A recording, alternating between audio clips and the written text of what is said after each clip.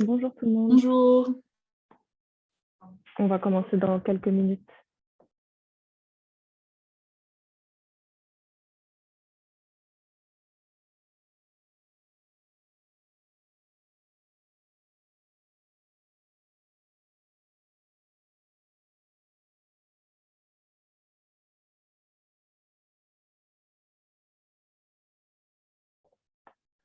Donc bonjour à toutes et à tous.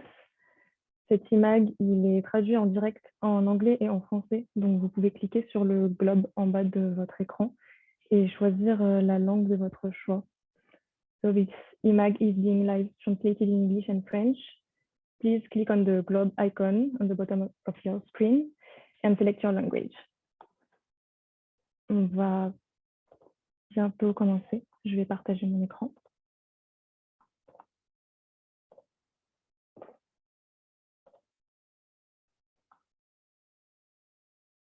On voit bien.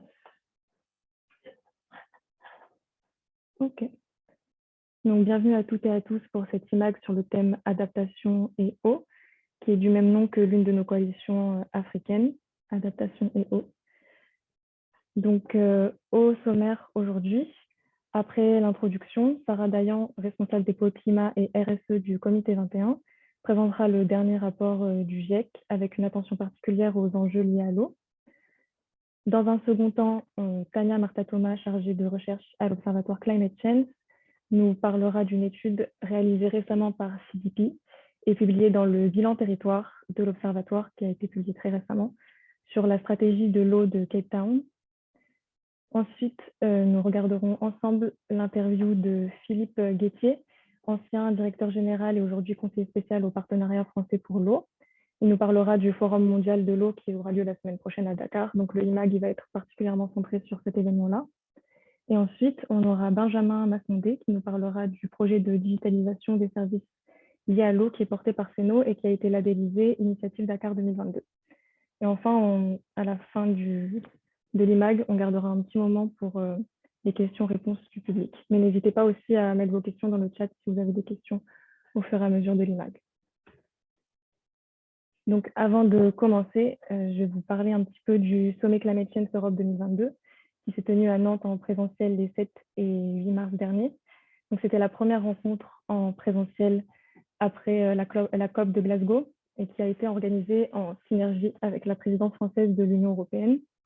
Donc, c'était l'occasion de réunir environ 800 acteurs non étatiques de 20 pays différents, surtout européens, mais pas que, afin de débattre sur le pacte vert pour l'Europe et manifester notre soutien également à l'Ukraine.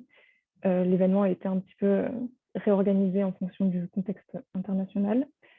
Et donc, l'objectif, c'était surtout de faire émerger des priorités et des propositions communes des acteurs locaux pour renforcer le pacte vert pour l'Europe.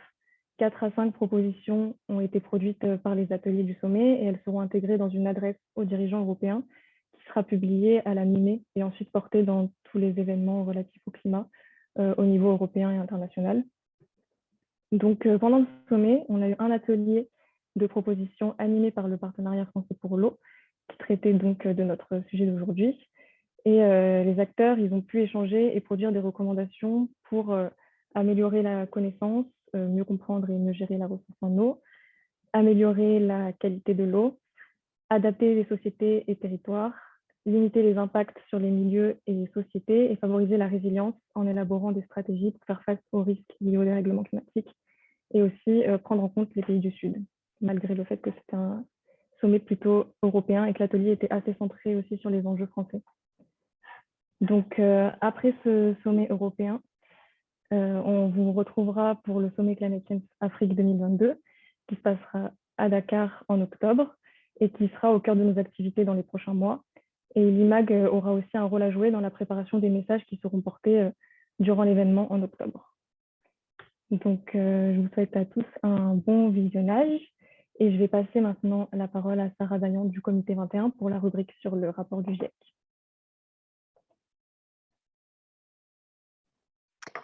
Bonjour à tous, je vais partager ma présentation. Alors,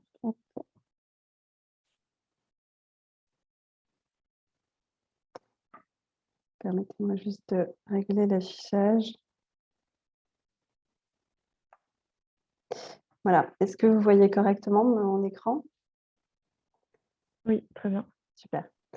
Bonjour à tous, je suis ravie d'être avec vous donc, en ce début d'après-midi pour vous dire quelques mots donc, sur les enjeux d'adaptation liés à l'eau et en particulier sur ce qu'on peut retirer donc, du dernier rapport du GIEC sur l'adaptation qui a été publié fin février. Donc, je parle au titre du Comité 21 qui, pour ceux qui ne connaissent pas, est une association, un réseau multi-acteurs sur tout le territoire français, donc qui réunit des entreprises, des associations, des collectivités et des établissements d'enseignement pour progresser sur les différentes problématiques en lien avec le développement durable et en particulier, on s'intéresse énormément aux questions d'adaptation. Donc, pour commencer mon propos, je voulais rappeler de quoi est-ce qu'on parle quand on parle d'enjeux liés à l'eau et aux pressions climatiques. Quels sont les impacts des changements climatiques sur l'eau? On peut les regrouper en 3 principales catégories, donc, que sont les différents aléas climatiques, que sont les pluies, les tempêtes, les inondations, dont le changement climatique accentue l'intensité, la fréquence, etc. de ces aléas. Mais aussi des impacts donc, sur le cycle de l'eau et sur les réseaux d'eau. Donc, sur le cycle de l'eau, pour illustrer rapidement, ça peut être des impacts sur les dynamiques des cours d'eau avec des changements dans les débits, les enjeux liés à l'évaporation, des problématiques d'assainissement, mais aussi des niveaux de sécheresse, notamment autour des productions agricoles, etc. Et en ce qui concerne les réseaux d'eau, bien sûr, lorsqu'il y a des inondations, ça crée des engorgements dans les systèmes, des risques de contamination de l'eau. Les sécheresses vont notamment pousser la concentration des nutriments, du carbone, etc. Et donc, voilà, on retrouve donc un certain nombre d'impacts. Et alors, quand on parle d'adaptation, de ce qu'on peut faire en matière d'adaptation pour répondre à ces enjeux-là, on peut regrouper ça autour de 3 catégories. Il y a tout ce qu'on va pouvoir mettre en œuvre pour assurer une continuité dans l'approvisionnement et la disponibilité de la ressource pour les êtres humains, mais également pour le fonctionnement des écosystèmes, pour la biodiversité. Et on va parler aussi de la gestion de l'eau et puis la gestion des conflits d'usage. Concernant donc ce fameux rapport du GIEC, donc, dont le sous-titre est « Impact, adaptation et vulnérabilité », j'aimerais rappeler quelques points pour résumer finalement les nouveautés de ce rapport de manière globale, pas uniquement en lien avec la question de l'eau. Mais je pense qu'il faut retenir donc, ces 4 points. C'est que c'est un rapport qui nous dit pour la première fois de manière, disons, aussi affirmée, parce que le mot est présent à de nombreuses pages, que ces enjeux liés au changement climatique ne pourront être surmontés uniquement si on met en place une profonde transformation de nos sociétés. C'est vraiment le mot, la transformation, qui caractérise ce rapport. On parle d'adaptation transformationnelle. Donc, pas des adaptations à la marge, de profondes transformations. Il y a aussi beaucoup question de la justice sociale. Donc, ces actions d'adaptation ne fonctionneront pas si on n'intègre pas les enjeux d'inégalité et d'équité dans la mise en place des mesures d'adaptation.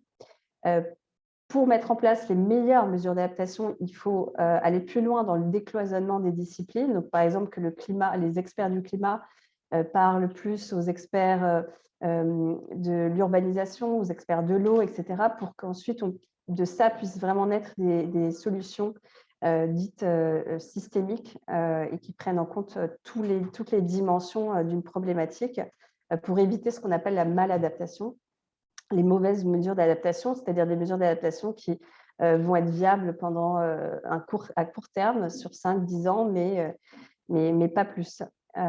Et dernier point dans ce rapport, il y a aussi eu la volonté de préciser quels vont être les impacts, quelle va être la mesure de ces vulnérabilités à différents échelons de temps, à court terme. On voit que ça se rapproche extrêmement. Et puis aussi, par rapport aux différents degrés de réchauffement, donc il est dit de manière vraiment prononcée que chaque 10e de degré change vraiment la donne sur un certain nombre d'impacts, donc chaque dixième de degré compte.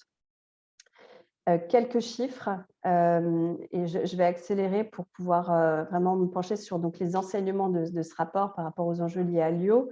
Mais donc, il y a pas mal de constats qui sont faits, et donc on est capable aujourd'hui de dire grâce à ce rapport qu'il y a entre 3, enfin un peu plus de 3 milliards de personnes qui sont aujourd'hui dans des contextes qualifiés de très vulnérables, que pour ce qui est des inondations, la mortalité elle a énormément augmenté entre 2010 et 2020, encore une fois en particulier dans les régions les plus vulnérables. Et puis on fait état déjà, donc là on commence à arriver sur l'eau, de pertes et de dommages très importants sur les écosystèmes. Donc, on a prélevé lors des 100 dernières années 6 fois plus d'eau dans ces réserves d'eau douce. On a 38% de la population mondiale qui sera considérée comme étant dans un stress hydrique, donc en pénurie d'eau en 2025, alors que ce chiffre s'élevait à 9% en 2008. Donc, c'est ces constats-là et ces alertes que le rapport permet partiellement de tirer. Donc maintenant, par rapport aux enseignements, donc, j'ai 3-4 slides comme ça pour vous décrire les enseignements par thématique. En ce qui concerne donc, les enjeux sociétaux, que ce soit, donc, je parlais de la mortalité tout à l'heure, mais il y a aussi d'autres enjeux liés aux migrations climatiques et aux pertes économiques en lien avec les perturbations liées à l'eau, qui sont notées comme étant très, très importantes et qui auront un fort impact. Dans les domaines de l'alimentation et de la pêche, évidemment, du fait de la pénurie d'eau, des difficultés d'approvisionnement en eau, il y aura un impact aussi sur l'agriculture et la capacité à assurer une alimentation pour un certain nombre de personnes dans certaines régions. Et il est aussi pointé, même en particulier, pour ce qui est de la pêche, notamment dans les rivières, que les changements dans les précipitations, etc., auront des incidences qui seront très négatives sur cet approvisionnement alimentaire et que ça va créer des vulnérabilités importantes, en particulier en Asie et en Afrique. Et on sait aussi maintenant qu'on projette dans un scénario à plus de 2,5 degrés que les espèces de poissons dans ces eaux seront diminuées de 55 à 68% en Afrique. Un autre enjeu important concernant donc l'eau, évidemment, on en a parlé, ce sont les enjeux liés aux inondations et à la montée des eaux. Donc très clairement, donc ça, ce sont des risques qui augmentent, enfin, le nombre de centimètres de montée des eaux augmente considérablement à chaque dixième de degré, etc. Le risque d'inondation aussi, l'intensité, la fréquence de ces événements extrêmes aussi. Et donc le continent africain n'est pas épargné évidemment par ça, il est même particulièrement concerné. Et ça va engendrer un certain nombre de déplacements de population. Donc, il est écrit que donc, dans un scénario à plus 1,6 degré, on envisagera un déplacement humain de plus de 200% par rapport à aujourd'hui, alors que dans un scénario à plus 2,6, on passe à plus 600%. Donc, c'est absolument considérable. Et il y a des millions de personnes, évidemment, qui sont exposées donc, à l'élévation du niveau des mers. Et on voit, vous voyez avec le dernier point, que l'ampleur, le nombre de personnes exposées augmente avec donc, la montée des eaux au fil des années. Un dernier point est celui donc, de toutes les questions liées à la qualité de l'eau, donc, et à la dégradation de la qualité de l'eau, parce que qui dit moins d'eau dit une plus grosse concentration et un certain nombre de problématiques donc, liées à la qualité. Et donc, on estime qu'à 2,1 degrés, il y aura des dizaines de milliers de personnes en plus qui souffriront de maladies en Afrique centrale et orientale en particulier. Et évidemment, il y aura également des enjeux liés, donc c'est déjà le cas dans certaines régions, donc à la malnutrition, comme conséquence donc, indirecte du fait de la pénurie d'eau et des problématiques liées à l'agriculture et à la disponibilité de l'alimentation.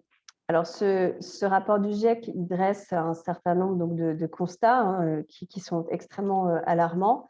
mais il dresse aussi quelques pistes de solutions, même si ce n'est pas sa vocation première, hein, ce n'est pas le rôle du GIEC de venir apporter des solutions. Mais parmi les grandes catégories d'actions, on va dire, qui sont faisables, il y a notamment donc, tout ce qui peut être mené par rapport à la rétention d'eau naturelle, donc toutes les innovations qui peuvent être mises en place à ce niveau-là, et tout ce qui peut aussi jouer sur le ralentissement des débits, avec notamment la place des solutions fondées sur la nature qui est extrêmement importante, y compris pour le deuxième point, la conservation et de la qualité et la protection donc, de cette ressource en eau qui suppose une gestion de l'eau totalement réinventée et différente. Donc voilà les différents points essentiels hein, dans ce rapport du GIEC sur l'adaptation liée à l'eau. Et donc, je vous remercie pour votre attention. Merci beaucoup. Je n'ai pas vu de questions dans le chat pour l'instant. Mais merci Sarah pour cet état des lieux. Et donc, s'il n'y a pas de questions, on va pouvoir passer à l'interview de Philippe Guettier. Non, pardon, on va passer à Tania de l'Observatoire de Climate Change, qui va nous parler d'un cas concret de la stratégie de l'eau de Cape Town et qui pourra aussi peut-être nous parler un petit peu du rapport territoire de l'Observatoire qui est sorti récemment.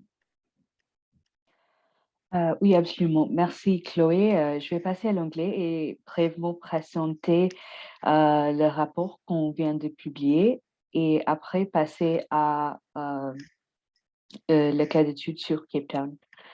Donc, j'espère que vous voyez mon écran. So, yeah, I'll switch to English now. À l'anglais, voici je vais présenter donc une étude de cas sur la ville de Cape Town, basée sur notre rapport qui a été publié la semaine dernière lors de notre sommet européen début mars. C'est donc ce rapport. Vous êtes familier avec nos rapports en général. Voici ce que nous essayons de faire avec nos rapports. Nous essayons de suivre les progrès en termes d'action climat dans l'année passée en regardant donc les histoires derrière les chiffres. Nous regardons ainsi quelques chiffres en termes d'émissions de gaz à effet de serre, l'évolution au cours des 12 mois passés, et nous essayons de voir ce qui a été, quels ont été donc les leviers qui ont été mis en place par les autorités locales pour atteindre ces niveaux de résultats. Donc, nous voulons analyser les actions qui ont été mises en place par les autorités locales et pouvoir également faire, comme nous allons le faire aujourd'hui, des études de cas qui montrent un peu les meilleures pratiques et qui peuvent aussi nous inspirer et qui peuvent être dupliquées. Le rapport que vous trouvez bien sûr sur notre site en français, en anglais d'abord et en français prochainement, est divisé en 4 parties principales. La première partie parle des résultats des émissions, les différentes méthodes de réduction, les pratiques qui sont utilisées par les autorités locales. Deuxième point se focalise davantage sur les initiatives, les réseaux des gouvernements locaux, des autorités locales, comment ces acteurs travaillent ensemble au niveau international au travers des différentes initiatives de coopération. Le quatrième point parle des coopérations, des contributions de tous ces réseaux et leurs dernières activités de toutes ces parties prenantes, quelles sont leurs dernières activités, comment leur statut a évolué. Et ensuite, ça c'est plutôt la partie numéro 3 plutôt. Et la partie 4, nous allons parler surtout du sommet et des stratégies pour le bas carbone et la transition juste. Ici, un cas d'étude pour le Cap, la ville de Cape Town, qui a été écrit en collaboration avec le CDP, qui a contribué à ce rapport. Malheureusement, nos collègues de CDP n'ont pas pu être là avec nous aujourd'hui pour montrer vraiment comment Cape Town, le Cap, la ville du Cap, donc s'est transformée d'une ville qui a connu des pénuries d'eau records et en 2017, mais en 2021 est devenue une ville qui a été primée pour ses économies d'eau et comme une ville résiliente, une ville qui a su faire des économies d'eau. C'est notre étude de cas. La situation, donc, en 2015 jusqu'en 2018 était très grave. La ville a fait face à sa pénurie d'eau record et sa pire sécheresse. Elle ne pouvait pas approvisionner l'eau à ses habitants. C'était arrivé à un point où les réservoirs de la ville n'avaient qu'un cinquième de leur capacité habituelle. Ainsi, la ville a décidé de développer sa résilience, de réduire son stress hydrique. C'est vraiment une caractéristique économique de la ville. Nous voyons souvent que ces communautés sont souvent marginalisées, mais dans la ville, on voit le développement de la solidarité lors de crises comme celle-ci. Donc, la ville a réussi à vaincre ou à faire face à ce défi dans sa stratégie hydrique. Vous voyez ici les 5 stratégies, c'est-à-dire avoir un accès sécurisé à l'eau et avec des objectifs socio-économiques pour s'assurer que tout le monde ait accès à de l'eau sûre. Et ils l'ont fait en s'assurant qu'il y avait également des toilettes qui soient disponibles pour toutes les populations, pour que tous puissent. Le deuxième point, donc ça, le premier point, c'était l'assainissement et l'accès à l'eau propre. Ensuite, une deuxième chose, c'était l'utilisation sage de l'eau et donc de souligner les comportements des utilisateurs, et de pouvoir développer les relations entre les habitants et l'eau avec des lois, avec aussi des planifications en amont. Et au travers de ces différentes stratégies, ils ont pu ainsi réduire l'utilisation de l'eau par jour de 200 litres à 140 litres en 2021, je pense, par personne. Ça, c'était un autre pilier. Troisièmement, s'assurer qu'il y ait suffisamment d'approvisionnement en eau propre provenant de diverses sources, c'est-à-dire élargir les sources d'approvisionnement pour l'eau dans la ville, notamment l'abstraction d'eau et la réutilisation de l'eau, du traitement de l'eau, ainsi que l'assainissement. L'objectif ici est d'avoir plus de 3 millions de litres d'eau par jour pour les 10 années à venir et d'avoir des infrastructures qui vont main dans la main avec ce développement. Le quatrième pilier que nous avons, c'est de partager les bénéfices des ressources en eau régionales, c'est-à-dire travailler avec les différentes parties prenantes, travailler au travers d'un processus dans toute la ville. Le cinquième point, c'est de rendre la ville plus sensible aux questions d'eau, c'est-à-dire la manière de faire l'urbanisme, la manière de fonctionner dans la ville, c'est-à-dire l'utilisation de l'eau, les fontaines d'eau dans la ville, et veiller à ce que ces écosystèmes dans la ville soit tout à fait équilibré. C'est ainsi que Cape Town, le Cap, donc, a pu avoir ce succès de résilience et a pu sortir de ces 3 années de sécheresse et vraiment développer une stratégie de résilience. Merci. Si vous avez des questions concernant cette étude de cas, n'hésitez pas à les mettre dans le chat ou à nous écrire à Climate Chance et nous reviendrons vers vous, bien sûr. Nous vous invitons aussi à lire le rapport complet sur notre site. Merci.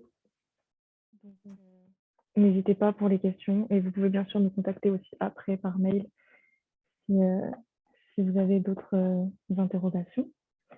Mais si ce n'est pas le cas, on va pouvoir maintenant passer à l'interview de Philippe Guettier, qui était anciennement directeur général du partenariat français pour l'eau, afin de commencer à parler un peu plus du Forum mondial de l'eau qui va être organisé pour la première fois dans un pays d'Afrique subsaharienne la semaine prochaine, donc au Sénégal.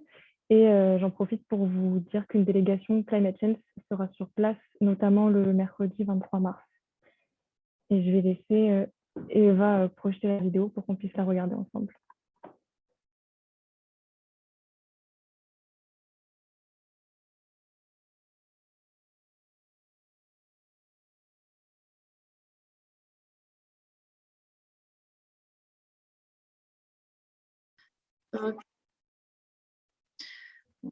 Bonjour Philippe, merci d'être avec nous du coup pour cette image sur le Forum mondial de l'eau et notamment sur l'adaptation aux eaux, qui est un des sujets de nos coalitions africaines de Climate Change.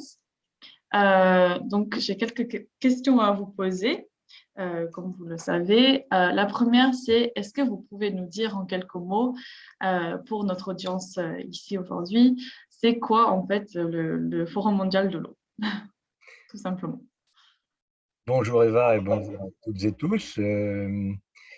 Alors, le Forum mondial de l'eau, c'est la plus grande rencontre au niveau mondial entre tous les acteurs de l'eau, qu'ils soient publics, qu'ils soient privés, et des différents continents. C'est un événement qui est organisé tous les 3 ans par le Conseil mondial de l'eau, qui est une structure associative internationale, mais basée en France, à Marseille, et un pays et une ville hôte du forum. Nous en sommes maintenant au 9e forum, et celui de Dakar sera ce 9e forum. Il se tiendra donc la semaine prochaine, du 21 au 25 mars 2022. Et nous serons très nombreux à Dakar, puisque les forums réunissent en général plusieurs milliers de personnes. Alors celui-là a été décalé a été reporté d'1 an à cause de la Covid. Et il n'a pas dérogé à cette règle. Super, merci beaucoup. Et aujourd'hui, avec nous, du coup, on a un ensemble d'acteurs non étatiques africains qui nous suivent depuis un moment, et notamment depuis nos sommets Climate Change Afrique. Est-ce que vous pouvez nous dire un mot un peu sur la mobilisation des acteurs non étatiques dans le cadre de cet événement et comment, en fait, c'est quoi leur place, leur rôle dans le cadre du forum? Alors, un point peut-être important, le forum est un événement appelé informel, n'est pas une conférence des Nations Unies, n'est pas un événement donc officiel. C'est un événement qui est organisé par des professionnels de l'eau qui souhaitent aider en fait l'ensemble des acteurs de l'eau mondiale à se coordonner et justement à préparer des recommandations en direction des enceintes officielles internationales. Et en particulier pour ce forum de Dakar, il y aura en mars 2023, donc dans 1 an, une conférence internationale organisée par les Nations Unies à New York sur l'eau et l'agenda 2030. Donc ce forum est une étape dans la perspective de cette conférence des Nations Unies, comme il y en aura d'autres aussi, entre aujourd'hui et mars 2023. Et donc, la société civile peut s'exprimer beaucoup plus dans des forums de ce type que dans les enceintes des Nations Unies, évidemment, qui sont réservées aux États, même si la société civile est de plus en plus la bienvenue. C'est super intéressant et je pense que c'est bien de voir qu'il y a plusieurs moyens pour que les acteurs puissent très concrètement se mobiliser dans le cadre du forum et qu'on ait accès en fait à ce type d'événement plus international. On a aussi entendu parler un peu bien sûr, de l'initiative Dakar 2022 pour les projets certifiés ou les projets labellisés. Aujourd'hui, on devrait avoir aussi une personne qui a son projet labellisé dans le cadre du forum également. Est-ce que vous pouvez nous expliquer un peu en quoi ça consiste, cette labellisation? Alors, cette labellisation, donc ça, c'est une première dans les forums mondiaux de l'eau. D'accord. Donc, en fait, il s'agissait de labelliser des projets, en entendant projet par des vrais projets, c'est ceux qui sont en préparation, voire en incubation, et même des projets réalisés. Mm. Donc, c'est ce qui a été fait la labellisation a été délivrée par un jury international, dont d'ailleurs je fais partie. Euh, et ce jury a travaillé sur la base de 9 critères pour juger des projets. D'accord. Et en particulier, important, c'est le fait que le projet vise bien l'atteinte des objectifs de développement durable. Et ça a été fait grâce à une application que le Partenariat français pour l'eau, que je représente ici, a mis au point. Cette application, elle s'appelle Water for All SDGs, et elle permet de façon très, très rationnelle, en fait, de regarder, d'évaluer les contributions positives ou négatives d'un projet, chose qui n'existait pas.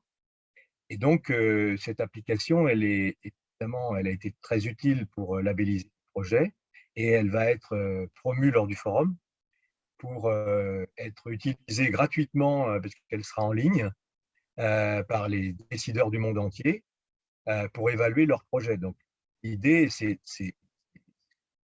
le fil rouge du forum, c'est de faire en sorte de s'assurer que les politiques, les projets, les stratégies vont bien dans le sens des ODD. Hein. Ça, c'est vraiment le fil rouge du forum. Et donc, tout ce qui a été fait pour la préparation de ce forum, en particulier la labellisation Dakar 2022, est faite dans ce sens. Hein. Donc ça, c'est vraiment… et donc, c'est par rapport à ce que je disais tout à l'heure sur la conférence de 2023 des Nations Unies, le forum étant une étape, le forum se doit évidemment de faire des recommandations ou de mettre en avant des projets en les labellisant, en étant certain que ces recommandations et ces projets sont vraiment des contributeurs les meilleurs possibles aux ODD, hein, et à l'agenda 2030. Donc ça, c'est vraiment le fil directeur, et donc la société civile en particulier, puisque très axé sur le climat et l'adaptation dans le domaine de l'eau. Et je sais que le sommet Climate Change qui s'est tenu à Nantes récemment est aussi orienté très ODD. Hein. C'est aussi pour vos membres et plus largement pour les membres de la société civile et pour les États évidemment à Dakar, un moment fort pour travailler dans le sens des objectifs de développement durable. Je crois que c'est ça vraiment le leitmotiv, le fil rouge du forum.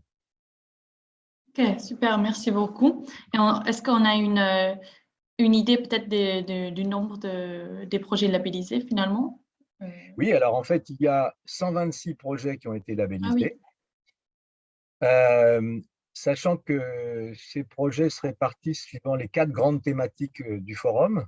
Donc, ces grandes thématiques sont, alors sans ordre de priorité, hein, la sécurité de l'eau et de l'assainissement. Et c'est dans cette thématique qu'on y trouve la question du climat, la question de la biodiversité aussi, par exemple. Hein. La deuxième thématique, c'est celle de l'eau et du développement rural. Donc, c'est un sujet évidemment très important au regard des exodes vers les grandes villes, de l'extension des grandes villes dans les pays en développement. Hein. La troisième thématique, c'est celle de la coopération. Donc, il peut être la coopération dans des bassins, dans des territoires au sein d'un même pays, mais aussi la coopération entre les pays lorsqu'il s'agit de ressources en eau qui sont partagées. Et enfin, la quatrième thématique, c'est celle des outils et des moyens, c'est-à-dire c'est tout un petit peu l'artillerie de la gouvernance, du financement, des partenariats, l'innovation, etc., qui permettent justement des avancées vers les objectifs de développement durable. Ok, merci beaucoup. Et pour terminer, du coup, pour cette intervention, est-ce que vous pouvez nous expliquer un peu comment le PFE s'est organisé par rapport à ce Forum mondial de l'eau et notamment ce dont le PFE est en charge dans le cadre du forum? Oui, alors le partenariat français pour l'eau, donc lui a été créé en 2007, en mars 2007, il a 15 ans, sur justement la préparation des forums mondiaux de l'eau pour faire en sorte que la visibilité des acteurs français soit la plus forte possible. Et cette tâche-là, menée par le PFE, a été poursuivie dans tous les forums précédents et a été étendue, puisque maintenant le partenariat français pour l'eau et ses membres sont actifs dans beaucoup d'enceintes, en particulier aux Nations Unies. J'ai parlé tout à l'heure d'une conférence sur l'eau aux Nations Unies, des conférences sur le développement durable. Il y a bien sûr aussi les COP climat, les COP biodiversité. Euh, donc, et, les panels de haut niveau aux Nations Unies. Donc, le PFE est un acteur de tout cela. Alors, son rôle, il est finalement assez simple, c'est d'animer le réseau des acteurs français. Hein. Aujourd'hui, le PFE a un peu plus de 200 membres, publics et privés. Hein. Donc, ça, c'est un petit peu sa valeur ajoutée, c'est-à-dire qu'on a au sein de nos membres des acteurs d'État, des établissements publics de l'État, des entreprises, des ONG comme par exemple Climate Change, des collectivités territoriales, des parlementaires, des experts, des institutions de recherche. Donc, on est vraiment une plateforme multi-acteurs. Et notre rôle, c'est de préparer en fait un plaidoyer multi-acteurs pour toutes ces enceintes que j'ai citées, pour faire en sorte que l'eau soit tout en haut de l'agenda international, ce qu'elle est encore loin d'être, et de faire en sorte aussi, et ça c'est maintenant, comme je l'ai déjà indiqué, notre fil rouge, faire en sorte que l'eau contribue largement, le plus largement possible à l'atteinte des objectifs de développement durable.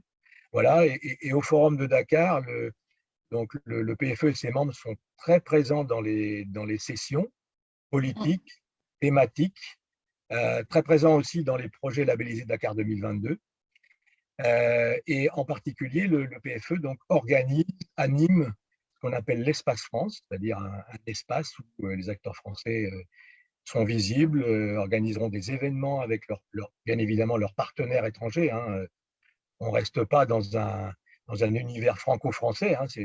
À Dakar, c'est pour être dans un univers international. Ouais. Et donc, sur l'espace France, c'est un lieu de rencontre des acteurs français avec leurs partenaires étrangers. Hein.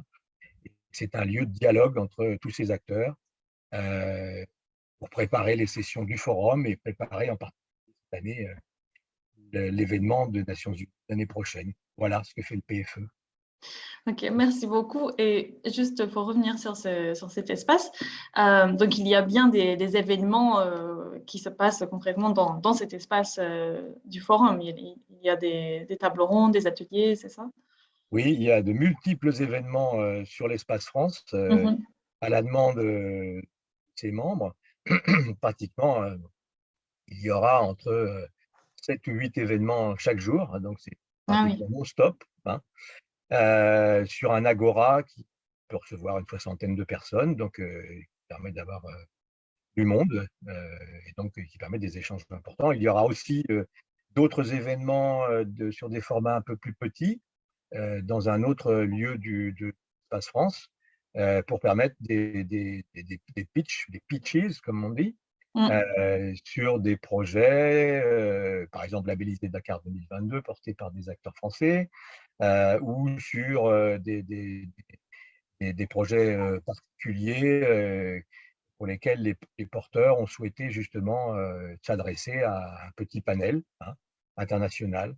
Donc sur l'espace France, dans tous les lieux, les Français et leurs partenaires parlent à un panel international. C'est ça l'enjeu et c'est comme ça qu'on a construit différents événements avec.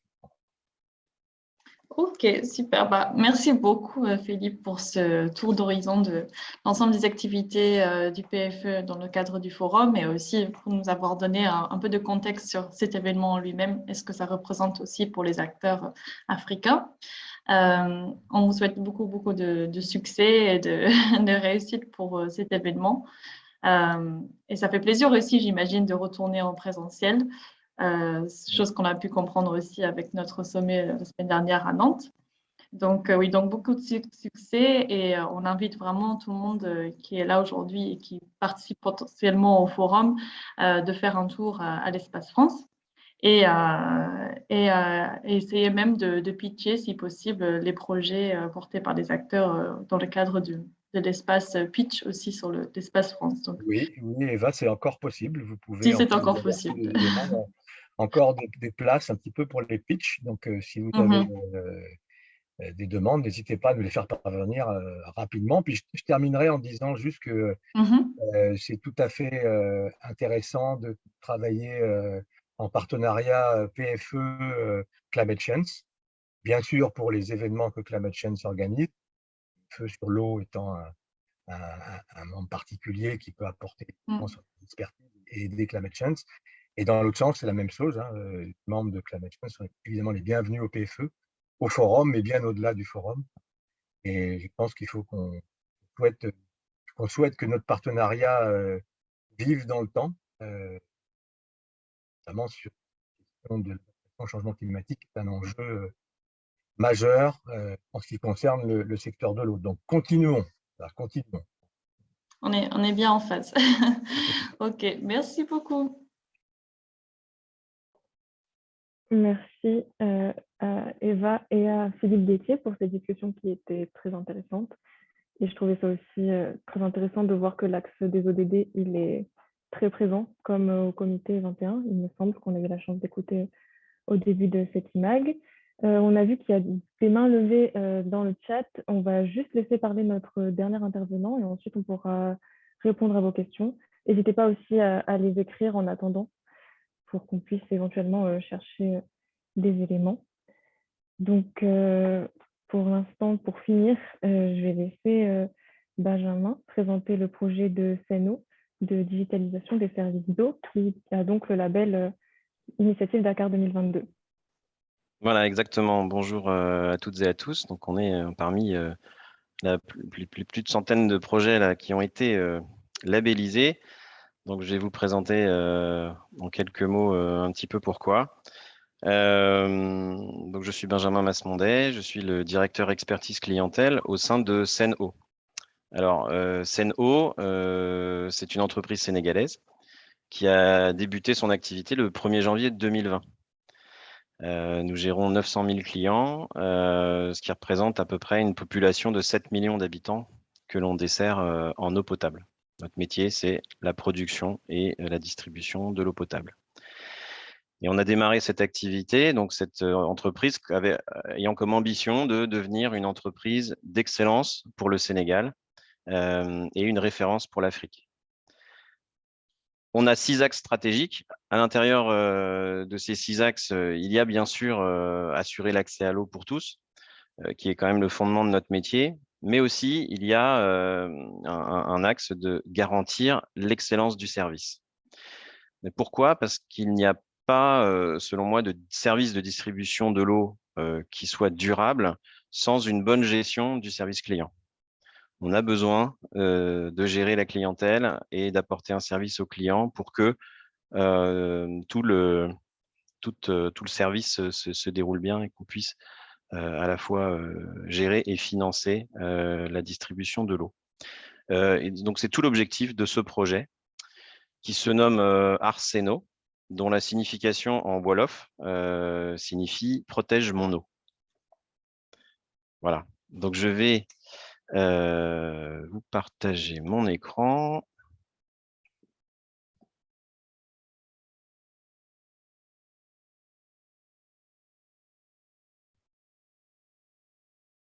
Voilà, je pense que c'est bon comme ça. Alors, le fondement du projet Arseno, c'était de mettre le digital au service de nos clients. Parce que le digital nous permet de, comme on l'a vu ces 2 dernières années, permet de nous connecter, permet de poursuivre une activité malgré des pandémies mondiales, et permet aussi de rapprocher les clients de l'accès à l'eau. On a organisé ce projet autour de 5 axes. Le premier étant la digitalisation de la relève des compteurs d'eau. En deuxième temps, on a également déployé une nouvelle facture, plus claire, plus pédagogique, accompagnée d'une agence en ligne sur lequel le client va avoir accès à plein d'informations, également avec des paiements digitaux qui rendent instantanée toute l'opération, et enfin une information des clients par SMS, puisque c'est le moyen le plus efficace de toucher la population, les clients sénégalais. Alors, en digitalisant la relève des compteurs d'eau, on a permis donc à nos releveurs d'obtenir donc des smartphones de relève avec une connexion 4G et qui permet de faire cette relève en temps réel. Cette information ensuite est reçue, on la contrôle, on la prend en compte, et l'édition de la facture est éditée en moins de 24 heures.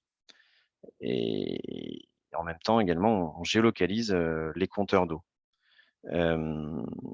Du coup, pour cette première action, notre client profite donc d'une facture donc beaucoup plus fiable, puisque auparavant on gérait tout sur papier. Donc là, on a véritablement fluidifié tout le système et sécurisé toute l'opération. Le client peut également être informé immédiatement s'il s'avère qu'il y a une surconsommation, une fuite, un problème à son compteur. Donc, on maîtrise mieux l'information donnée à notre client, et le client va recevoir donc sa facture beaucoup plus rapidement, ce qui permet de mieux gérer son budget, notamment en cas de problème, de fuite. Il est important de prévenir le client très vite pour qu'il puisse prendre les mesures et ne pas laisser dériver sa consommation et se retrouver avec une facture très salée. Donc, c'est tous ces points-là pour nous. Donc, on a énormément réduit les kilomètres parcourus par nos agents. Et on a également rendu les interventions plus rapides grâce à la géolocalisation, puisque au Sénégal, on n'a pas d'adresse comme on peut avoir en Europe. Donc, pour retrouver un client et intervenir dans les meilleurs délais, il nous faut passer par la géolocalisation des compteurs. La deuxième étape a été de proposer une nouvelle facture. Parce que comprendre sa facture d'eau, c'est aussi maîtriser sa consommation. Et maîtriser sa consommation, c'est préserver la ressource. On ne peut pas gérer ou en tout cas préserver une ressource si on ne comprend pas, on ne maîtrise pas sa consommation. Donc, c'est tout l'objet de cette facture qui est distribuée donc tous les 2 mois. Les clients au Sénégal sont facturés tous les 2 mois. Et tous les mois pour les industriels et les gros consommateurs. Et donc, vous pouvez voir que la facture a été relookée de façon à avoir, par exemple, un graphique qui illustre très clairement l'historique des consommations du client. Et puis, voilà, un certain nombre de messages qui permettent de bien visualiser rapidement ce qui doit être connu par notre client. Alors, cette facture, elle est distribuée sous format papier à nos clients, mais pour la nouveauté également, je vais aller trop vite. La nouveauté est qu'aujourd'hui, nous disposons donc d'une agence en ligne dont l'adresse est nofly.ceno.sn, qui est une agence en clientèle, en fait, en ligne, accessible 24 heures sur 24, 7 jours sur 7, où le client peut réaliser ses démarches et peut notamment justement télécharger ses factures sans avoir besoin d'avoir la version papier. Donc, le client peut déclarer, comme c'est fait aujourd'hui beaucoup en Europe, déclarer qu'il souhaite recevoir sa facture par email et puis donc du coup, on n'a plus besoin de papier. Également, cette agence en ligne, elle a vraiment pour ambition, encore une fois, de donner au client la main et de lui permettre de surveiller ses consommations et de nous transmettre l'index de son compteur, par exemple, quand il a un doute. Et donc, là aussi, l'objectif est de maîtriser à la fois son budget et à la fois donc, ses consommations.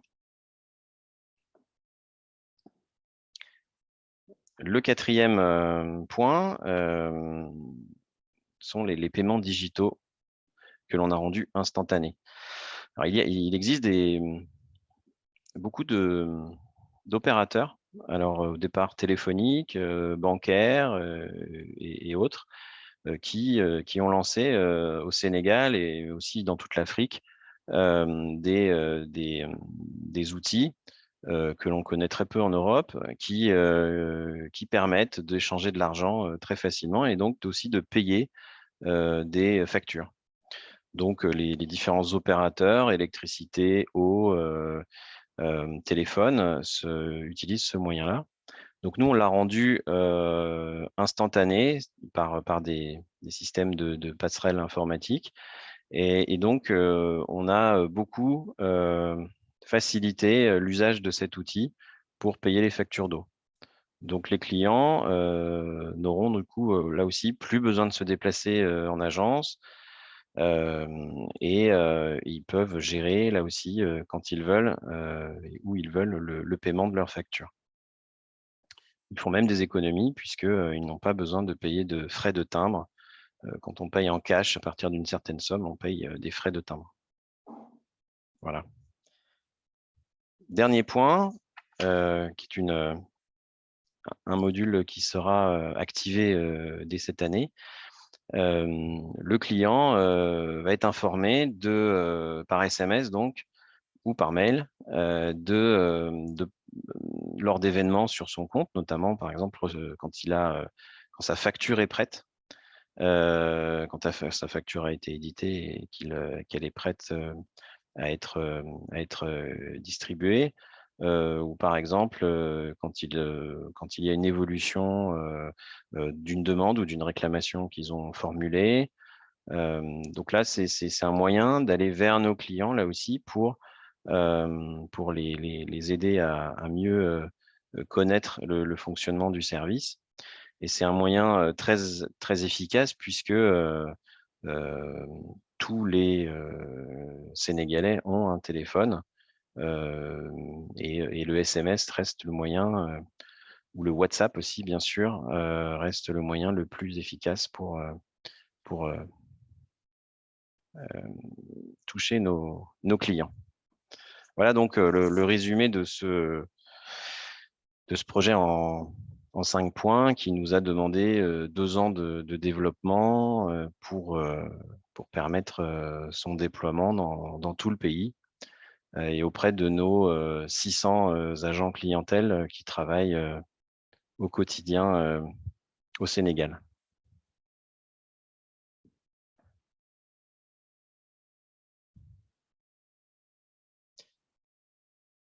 Vous aviez peut-être une question, Eva, également sur Oui, en fait, la labellisation. Oui, on a eu beaucoup de questions aussi dans le chat. C'est pour ça que j'étais en train de voir en D'accord. parallèle.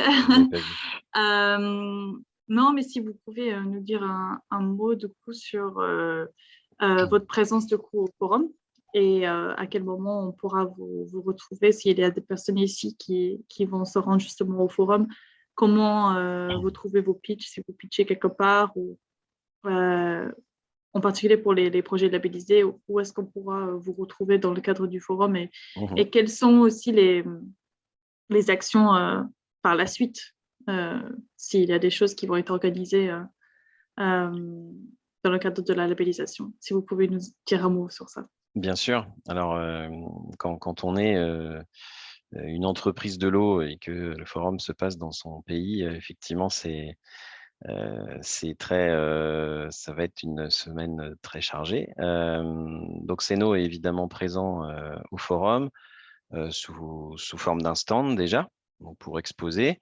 Et sur ce stand, il y aura notamment les 3 projets primés. Donc là, je vous en ai montré un. Il y a 2 autres projets qui ont été également labellisés, qui consistent l'un en une gestion technique centralisée de l'ensemble des forages et des usines du pays. Il y en a, je crois, près de 300 installations qui sont du coup gérées d'une façon centralisée ici au siège à Dakar. Et puis également un 3e projet dénommé Visio, qui est une sorte de tour de contrôle en fait des interventions liées à la maintenance du réseau d'eau potable, donc les fuites et les manques d'eau, permettant donc aux équipes d'intervenir dans les meilleurs délais.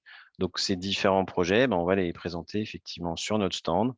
Et puis lors de sessions spéciales qui seront organisées sous forme de conférences. Donc on n'a pas encore le planning exact, mais ça ne saurait tarder. Et ça, ce sera sur le site de l'exposition à Diamniadio, non loin de l'aéroport de Dakar. Et puis, ici, chez Ceno, au siège, on a organisé une journée de visite le mercredi 23, où les gens seront invités donc à s'inscrire pour venir visiter tous ces projets, et notamment voilà, venir ici voir ce centre d'opération visio, voir notre centre d'appel aussi qui a été entièrement rénové, et puis découvrir nos installations également, l'usine de production d'eau de Dakar, qui est une très très grosse usine qui permet de desservir toute la ville.